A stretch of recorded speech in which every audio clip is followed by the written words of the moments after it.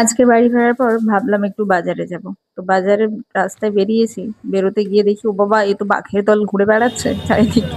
তাই আবার এদিক সেদিক দেখতে দেখতে দুটো শিয়ালের সাথে দেখা হয়ে গেল। তাদের মাথায় আবার ঝুঁটি বেঁধে দিয়েছে, বাপ রে বাপ! আবার তাদের দুটো ক্লিপও দিয়েছে।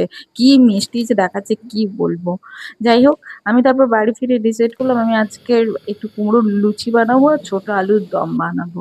কুমড়োটা একটু কেটে আমি লবণ আর হলুদ দিয়ে সিদ্ধ করতে দিয়েছি, ততক্ষণ এদিকে আলুর দমে প্রিপারেশন করে নিচ্ছিলাম। এদিকে কুমড়ো সেদ্ধ হয়ে গেছে, সেই জন্য আমি কড়াতে একটু তেল দিয়ে আর কি সেদ্ধ কুমড়োটা মেখে আর কি কড়াই দিয়ে দিয়েছিলাম তেলের উপরে। তারপর একটু আখের গুড় দিয়েছিলাম, দিয়ে ভালো করে একটুখানি নাড়িয়ে চাড়িয়ে নামিয়ে নিয়েছি ভালো করে। তারপর লুচির ডোটা বানাতে বসে গেছিলাম, কারণ ওরও তো আধা ঘন্টা রেস্ট দরকার। তেমনই লুচির ডো এমন কিছু নয়, যেমন লুচির ডো বানায় তেমন, শুধু কুমড়ো মাখাটা অ্যাড করতে হবে।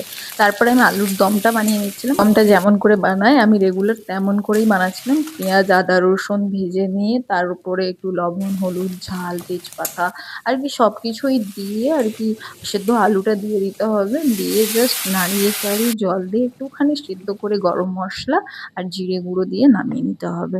ও হ্যাঁ, একটা কথা বলতে ভুলে গেছিলাম আপনাদেরকে। সবাইকে জানাই দীপাবলির প্রীতি শুভেচ্ছা ও আন্তরিক অভিনন্দন। আর যদি আমার ভিডিওগুলো আপনাদের ভালো লেগে থাকে তাহলে আমার পেজটাকে আপনারা ফলো করে নিতে পারেন। আজকের ভিডিওটা এই পর্যন্ত। ততক্ষণ ভালো থাকবেন, সুস্থ থাকবেন, অন্য কেউ ভালো